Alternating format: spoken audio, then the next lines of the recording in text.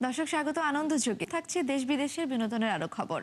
সঙ্গে আছি আমি জান্নাতুল দোলনা। জীবনের অর্থ, নিঃস্বার্থ ভালোবাসা আর মানবিক দায়বদ্ধতার গল্প নিয়ে নির্মিত হয়েছে জনপ্রিয় নাটক ইরার পদ্ম এর সিকুয়েল। সম্পর্ক, আত্মত্যাগ এবং মানুষের প্রতি দায়িত্ববোধকে কেন্দ্র করে এগিয়ে যাওয়া নাটকটিতে অভিনয় করেছেন এক ঝাঁক শিল্পী। নির্মাতা বলছেন, এটি শুধু প্রেমের গল্প নয়, বরং জীবনের গভীর দর্শনেরও প্রতিফলন। ইরার পদ্ম নাটকের সিকুয়েল ইরার পদ্ম 2-তে প্রধান চরিত্রে অভিনয় করেছেন অভিনেতা খায়রুল বাশার। এই মুহূর্তে আমাদের সঙ্গে যুক্ত হয়েছেন তিনি, তার সঙ্গে কথা বলবো। খায়রুল বাশার, আপনাকে স্বাগত জানাচ্ছি আমাদের স্টুডিওতে।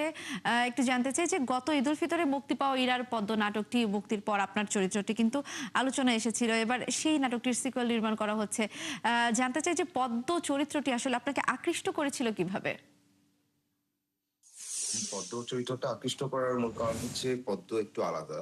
অনেকটা বলা যায় যে বাউন্ডুলে আমরা দেখতে পাই স্বাভাবিকভাবে। বাট তার যে দায়িত্বশীলতা সেটা কখনোই সে আসলে উপেক্ষা করে না। আসলে আপাত দৃষ্টিতে পদ্মকে যদিও মনে হয় যে খুবই বাউন্ডুলে এবং কোনো কিছুতেই সে খুব মনোযোগী না এবং উদাস। কিন্তু সে তার এই আ উদাসীনতার ভিতরেও সে যেটা সার্চ করে যায় সেটা হচ্ছে কার কি সমস্যা এবং সেই সমস্যাটাতে তার কিভাবে আসলে আ নিজেকে করতে পারে, দায়িত্বশীল হিসেবে নিজেকে রাখতে পারে এবং সেটার সমাধান কিভাবে হতে পারে সেই চিন্তাটা আমার মনে হয় যে তার ভিতরে সবসময়ই চলে। বিশেষ করে সামাজিক বিভিন্ন অসঙ্গতির ক্ষেত্রে তার প্রশ্ন আসে। সেই সাথে আ দের এবং অসহায়ের পাশে দাঁড়ানো তার এক ধরনের ভীষণ প্রবণতা আছে। যেই বৈশিষ্ট্যটা আমাকে আসলে আকৃষ্ট করেছিল। আচ্ছা, পদ্ম চরিত্রকে আগেও দর্শক ভালোবেসেছে এবং আবারও পদ্ম চরিত্রে আপনি ফিরছেন। এম একটু জানাবেন যে আসলে ২ পদ্মের মধ্যে কোনো পার্থক্য আছে কিনা? কোনো পরিবর্তন হয়েছে কিনা? না, পদ্ম আগেও যেমন স্বচ্ছ ছিল এবং স্পষ্ট ছিল, এখনো তাই। সে অনেকটাই নির্ভয় মানুষ। আ সকল জটিলতাই তার কাছে স্বাভাবিকভাবে আসে এবং সেই জটিলতাগুলোর আসলে কিভাবে সমাধান করা যায় সেই ধরনের একটা উপস্থিত চিন্তা তার ভালো। সেটা খুব কুইকলি সে সেটার সমাধান টানতে পারে এবং সেই জায়গায় কিছু যদি আসলে বাধাও থাকে, সেই বাধাটাকে সে বাধা মনে করে না। সে মনে করে যে আসলে এটা অ্যাপ্রোচ করা উচিত, এটার সমাধান হওয়া উচিত এবং সেই চেষ্টাটা সফলও হয় অনেক ক্ষেত্রে। আমার মনে হয় যে এটা খুব স্বাভাবিক। আমরা অনেক সমস্যাই আমাদের চোখের সামনে পড়ে, বাট আমরা এটা অবহেলা করি বা উপেক্ষা করি। হুম, কিন্তু হুম, হুম। আসলে যদি আমরা চিন্তা করি যে না, এটা সলভ হওয়া উচিত এবং সেক্ষেত্রে আমি চেষ্টা করে যেতে পারি বা চেষ্টা করতে পারি, তাহলে মনে হয় সমাধানও আসে। এই জায়গাটাতে একটু জানতে চাই যে পদ্ম যেমন স্ট্রেট ফরওয়ার্ড, আসলে পদ্মের যেই দর্শন, সেই দর্শনের সঙ্গে খায়রুল বাশারের দর্শনের কতটা মিল আছে? আম কারোর বাসা তো আসলে নানা রকম। আমি আসলে একেক সময় একেক রকম। বাট এইসব ইস্যুতে আমিও এরকমই।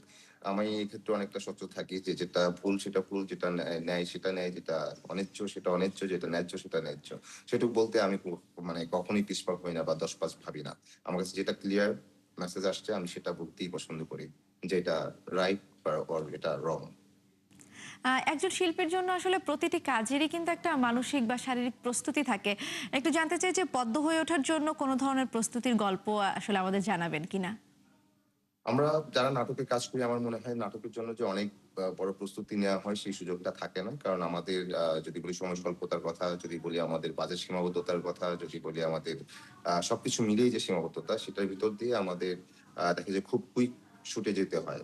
তো প্রস্তুতি যেটা থাকে সেটা হচ্ছে স্ক্রিপ্টটা ঠিকঠাক পড়া এবং সেখানে বক্তব্য কি সেটাকে একটু বিশ্লেষণ করা, সেটাকে মাথায় নেয়া এবং এই চরিত্রটার চলন কেমন হতে পারে একটা বেসিক চিন্তা করা। বাট স্ক্রিপ্টটা যদি অনেক আগে আসে তাহলে এই ভাবনাটা মাথায় চলতে থাকে। সো মাথায় এটা ডেভেলপ হয় আসলে। তারপর সেটাকে চেষ্টা করা হয়। এর আগে রিহার্সাল বা আমাদের বিশেষ বোঝাপড়া খুব একটা হয় না। হুম, সেটেও হুম। আমাদের বোঝাপড়া হয় ডিরেক্টরের সাথে, কো-আর্টিস্টের সাথে যে এটা মনে হয় এই হলে ভালো হয়। তো এই ৩-৪ জনের একটা আলোচনার মধ্য দিয়ে, ডিবেটের মধ্য দিয়ে আমরা একটা জায়গায় ফিক্সড হয়ে তারপর শুটে যাই।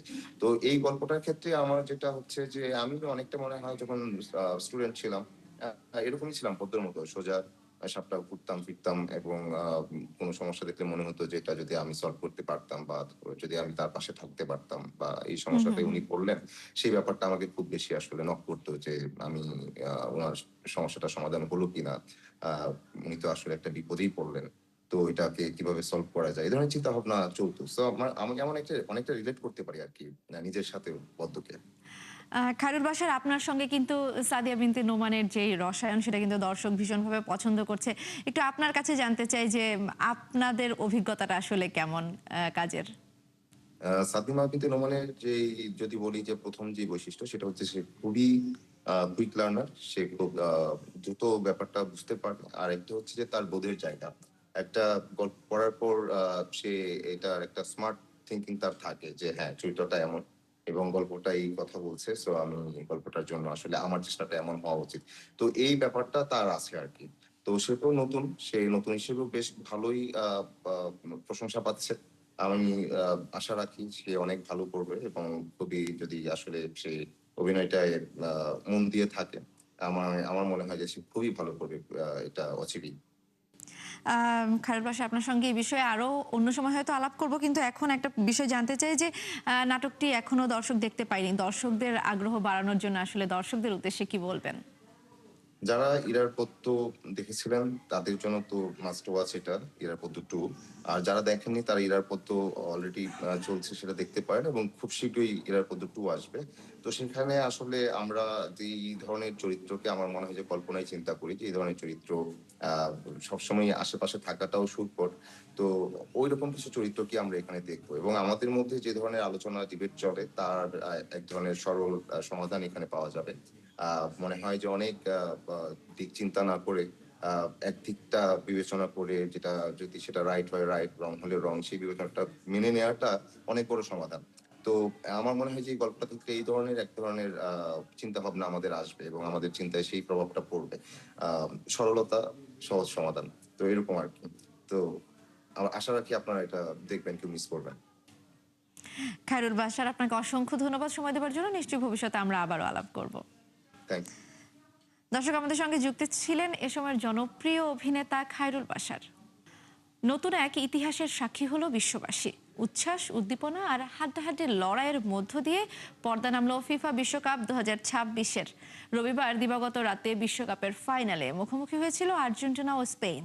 সেই মহারণ উপভোগ করতে রাজধানীর দ্য পাবোসে জড়ো হয়েছিলেন হাজারো ফুটবল প্রেমী। মেসি ও ইয়ামালের দুই প্রজন্মের এই লড়াইকে ঘিরে নাচ, গান আর উল্লাসে মেতে ওঠেন সমর্থকেরা। বিস্তারিত প্রতিবেদনে।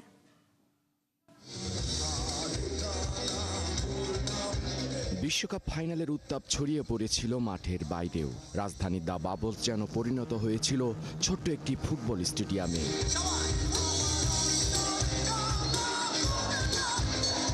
বড় পর্দায় খেলা দেখতে সন্ধ্যা থেকেই ভিড় করতে থাকেন আর্জেন্টিনা ও স্পেন দুই দলের সমর্থকরা। প্রিয় দলের জার্সি, পতাকা, মুখে রং আর নানা সাজে হাজির হন ফুটবল প্রেমীরা। যদি আসলে ফ্যান হয়ে থাকে, you have to be a one team support. তো ওরা আর কি নাই, সো আমি ওদেরকে নিয়ে কিছু বলতে চাই না। মানে তাদের ডাবল ফেস সবাই দেখুক, যে পার্সোনাল লাইফেও তারা হচ্ছে মানে ডাবল ফেসিং আর কি। আমি ব্রাজিলকেই সাপোর্ট করি। আমি এমন না যে ব্রাজিল নাই দেখে অন্য টিমরে সাপোর্ট করব, এমন না। Best of luck to Argentina plus Spain. But হ্যাঁ, আমি চাই স্পেন জিতুক, কারণ আর্জেন্টিনার থেকে আমি মনে করি স্পেন এবার ভালো খেলতেছে। একদমই না। আর ওদের দোয়া লাগবেও না, কারণ আর্জেন্টিনাকে মন থেকে সাপোর্ট করতে হয়, ওদের মতো মুখে মুখে কিছু হয় না। খেলা শুরুর আগে ডিজের তালে তালে নাচ, গান আর স্লোগানে মুখর হয়ে ওঠে পুরো আয়োজন। গোলের প্রতিটি সুযোগে উল্লাস আর মিশে হতাশা, প্রতিটি মুহূর্তে আবেগের রোলার কোস্টারে ছিলেন দর্শকরা। দর্শকের উপস্থিতি দেখে আয়োজক অনিক মাহমুদ বলেন, আমাদের আয়োজন হচ্ছে ওয়ার্ল্ড কাপের ফাইনাল ম্যাচ নিয়ে, আর্জেন্টিনা ভার্সেস স্পেন। তো আমরা চিন্তা করেছি আর্জেন্টিনা স্পেনের খেলার পাশাপাশি দর্শকদের কি উপহার দেওয়া যায় সেই হিসেব করে আমরা কনসার্টের আয়োজন করেছি অ্যাভয়েড রাফার, এবং আমাদের সাথে থাকছে ডিজে, দুইজন ডিজে, আর লেজার শো প্লাস ফায়ারওয়ার্কস থাকছে। ম্যাচ শেষ হওয়ার পর বিজয়ী দলের সমর্থকরা উদযাপনে মেতে ওঠেন।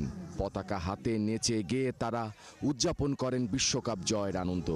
অন্যদিকে পরাজিত দলের সমর্থকরাও খেলোয়াড়দের পারফরমেন্সের প্রশংসা করেন এবং প্রতিপক্ষকে অভিনন্দন জানান। খেলা আসলে আমাদের দেশ তো বাংলাদেশ, আমরা আর্জেন্টিনারও না, আমরা ব্রাজিলেরও না। খেলাটা আমরা উপভোগ করি, ঠিক আছে। আর্জেন্টিনা ব্রাজিল একটা কম্পিটিশন, এটা ছোটবেলা থেকে উপভোগ করে আসতেছি, সো এটা আমরা করব। না, আমি চাই আমি যেহেতু বাংলাদেশ হিসাবে আমি একজন ইউরোপিয়ান নাগরিক, আমি সবসময় যে আমার বিশ্বাস যে আমার ইউরোপ জিতো। Argentina win the 4th World Cup. Messi And Messi we're gonna dance Messi again for Messi, right? Messi Messi বলো বলো ফুটবল প্রেমীদের ভাষায় বিশ্বকাপ শুধু একটি খেলা নয়, এটি আবেগ, ভালোবাসা আর বিশ্বজুড়ে মানুষকে এক সুতোয় গেঁথে রাখার সবচেয়ে বড় উৎসব। আর সেই উৎসবেরই স্মরণীয় এক রাতের সাক্ষী হয়ে থাকলো রাজধানীর দ্য বাবলস। মেহেদি হাসান, ৭১, ঢাকা। দর্শক, চলছে আনন্দযোগ। ফিরছি বিরতির পর। ৭১-এর সাথেই থাকুন দর্শক। আছেন ৭১-এ, চলছে আনন্দযোগ। অস্কারজয়ী ওপেনহেইমারের পর ক্রিস্টোফার নোলানের নতুন সিনেমা নিয়ে প্রত্যাশা ছিল আকাশ ছোঁয়া, আর সেই প্রত্যাশাকে যেন বাস্তবে রূপ দিল তার মহাকাব্যিক চলচ্চিত্র দ্য ওডিসি।